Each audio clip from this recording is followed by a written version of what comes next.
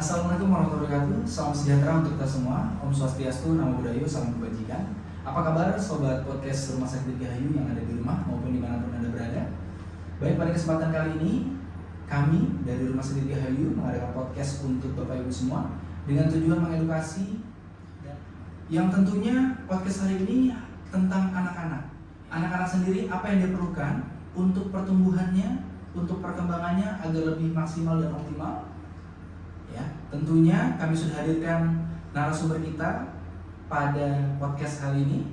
Ada Mbak Suyendi Keluru, ahli mandi terapi. Apa kabar, Mbak? Sehat, Mas. Syukur alhamdulillah. Masnya apa kabar? Kabar baik. Ya. Gimana Mbak Wendy? Ini kan Mbak Wendy sebagai ahli mandi terapi bicara ya di Rumah Sakit Dirgahayu. Sudah berapa lama di Rumah Sakit Dirgahayu? Kurang lebih 4 tahun, Mas. Kurang lebih 4 tahun ya di Rumah Sakit Dirgahayu sendiri.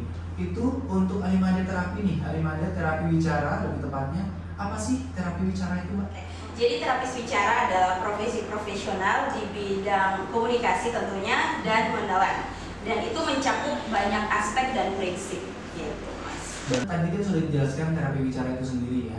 Cakupan-cakupannya terapi bicara itu boleh dijelaskan, Mbak? Oke, jadi terapi bicara itu cakupannya meliputi bahasa, ada bicara, ada suara, ada irama kelancaran, ada gangguan pendengaran, serta gangguan makan dan menelan. Untuk bahasa sama bicara itu dua hal yang berbeda ya. Bahasa itu lebih ke pemahaman. Misalnya saya minta anaknya untuk ngambil satu gambar. Contohnya, tolong ambil gambar ayam. Terus dia diam, anaknya diam, dia nggak bisa ambil. Berarti dia nggak paham ayam itu yang mana. Nah, itu masuk kategori bahasa.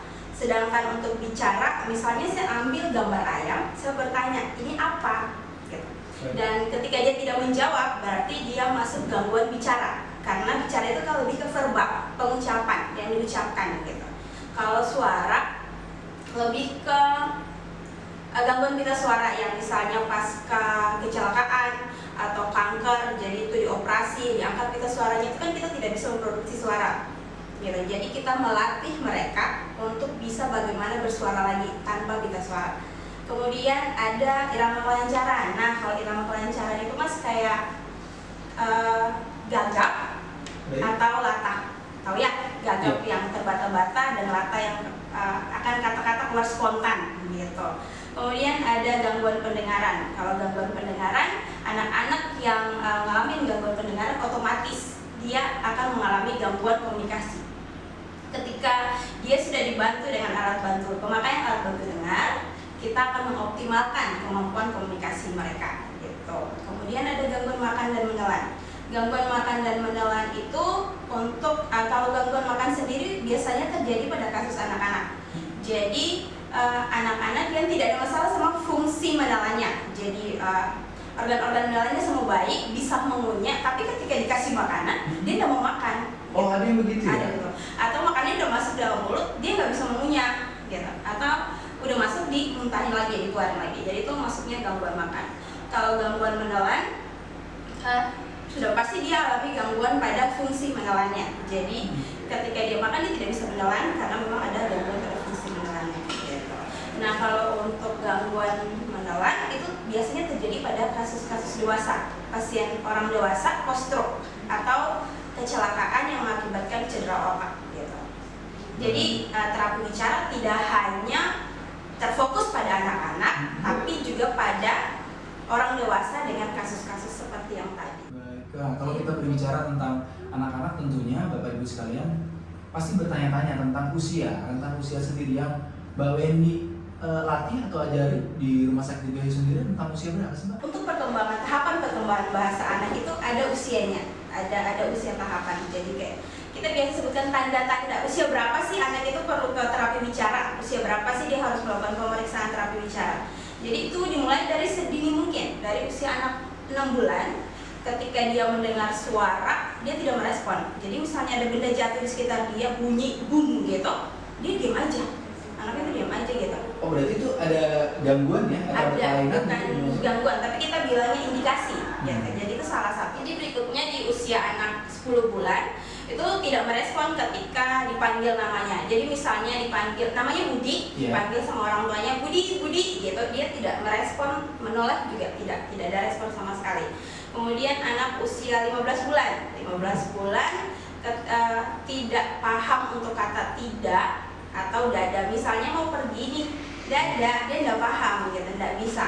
Atau dilarang, tidak boleh itu, dia juga tidak paham. Berikutnya untuk anak usia 18 bulan. Nah, untuk anak usia 18 bulan itu Mas, kosakata ekspresifnya itu kurang dari 10 kata tunggal. Jadi dia tuh belum sampai ke 10 kata gitu. Misalnya kayak mama, dada, papa itu belum sampai ke situ gitu. Terus kemudian berikutnya di usia 21 bulan itu anaknya belum mampu mengikuti perintah sederhana, misalnya berdiri, ayo jalan gitu, masih belum mampu. Berikutnya tuh anak usia 24 bulan. Nah, di 24 bulan itu kosakatanya harusnya itu udah kurang dari 50. Kemudian dia juga sudah bisa menggunakan gabungan 2 kata. Misalnya contohnya seperti mama susu atau mau susu. Ya, oke. Jadi berikutnya itu usia 30 bulan. Nah, di usia 30 bulan itu kemampuan berbicaranya tidak dimengerti sama anggota keluarganya gitu. Berikutnya Mas usia 36 bulan. Nah, di usia 36 bulan itu anak belum menunjukkan indikasi untuk menggunakan kata tanya, misalnya inisiatif untuk bertanya dulu ini apa gitu, masih belum. Kemudian belum juga menggunakan kalimat sederhana, misalnya dia contohnya seperti mama ayo jalan seperti itu. Dan yang terakhir itu kejelasan bicaranya masih belum dimengerti sama lingkungan sekitar. Jadi tanda-tanda di atas itu bisa menjadi acuan biar orang tua lebih aware tentang perkembangan anak. Jadi misalnya dirasa, aduh anak saya kurang di sini, kok ngomongnya masih sedikit, bisa langsung segera dibawa ke tenaga ahli biar segera juga ditangani ketika memang terdapat ada gangguan atau keterlambatan pada tumbuh kembang anak gitu. Baik, tadi kan kita berbicara tentang rentang usia ya, untuk usia 5, untuk usia 8 dan seterusnya.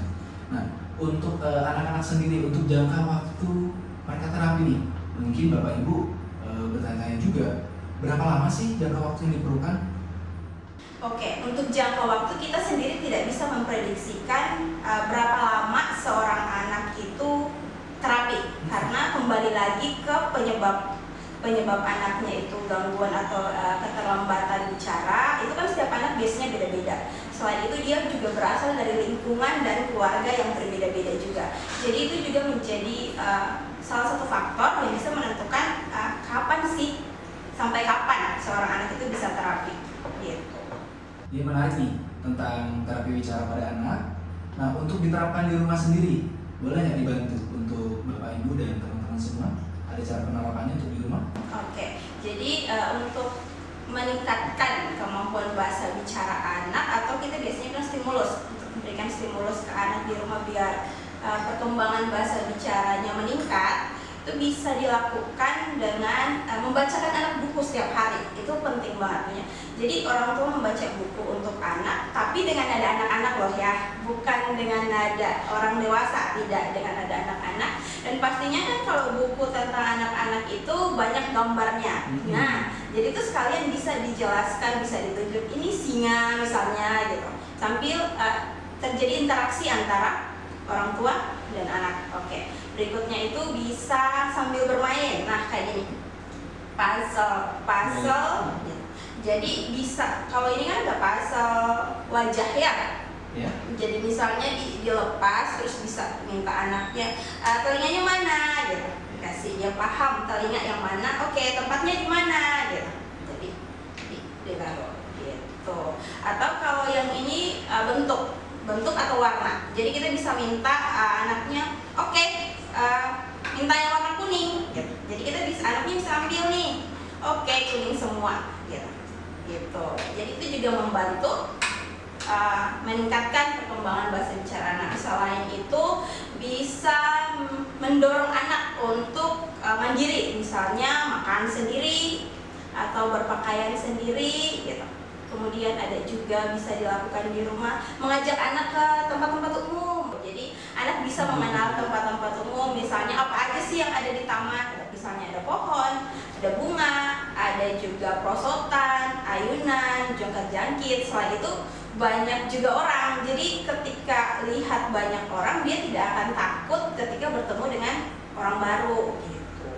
Iya baik. Memang cukup menarik ya pembahasannya. Lalu ada juga interaksi sosial, Ya, kepada masyarakat juga. Nah untuk mainan tadi sendiri kan Mbak Wendy sempat jelasin puzzle dan sebagainya ya. Nah berarti itu dapat dibeli di luar ya? Boleh, itu boleh dijadikan mainan anak tentunya, karena kan dunia anak dunia bermain ya. Jadi kalau kita ngajarin anaknya ya harus sambil bermain, jadi itu menjadi hal yang menarik untuk anaknya. Kalau misalnya kita ngajarin tanpa mainan, anak cenderung bosan dan jenuh, jadi tidak mau lagi begitu. Ya baik. Memang sangat penting sekali jika dilihat dari pembahasan Mbak Suendi dulu Arimada Terapi. Ya tentu saja hal-hal yang Mbak Wendy tadi jelaskan sangat menarik, dan semoga untuk Bapak Ibu dan teman-teman semua yang ada di rumah dapat memahami dan tentunya dapat bermain dengan anaknya ya, dapat membawanya ke taman, dapat bermain, meluangkan waktu, lalu mendongengkan anak, bercerita kepada anak, yang tentunya akan membantu perkembangan anak dalam hal berkomunikasi. Nah, pembahasan menarik lainnya adalah untuk Bapak Ibu dan teman-teman semua yang ingin berkonsultasi nih dengan Mbak Suendi di Rumah Sakit Dirgahayu, kapan aja untuk jadwalnya? Oke, jadi untuk jadwal terapi bicara di Rumah Sakit Dirgahayu, kami buka dari hari Senin sampai Sabtu tentunya. Hari Minggu atau tanggal merah kita tutup polinya. Kemudian untuk jam pelayanannya dari jam 8 pagi sampai jam 2 siang. Oke, baik ya. Jadi untuk tanggal merah dan hari libur tutup? Ya, kita tutup. Ya, luar biasa sekali topik kita pada hari ini tentang terapi bicara pada anak, dan sekaligus menutup kebersamaan kita pada siang hari ini. Kami ucapkan terima kasih kepada Mbak Suendi Arimada Terapi. Sama-sama Mas. Sampai ketemu di podcast kita berikutnya. Salam sehat Sobat Dirgahayu. Dadah.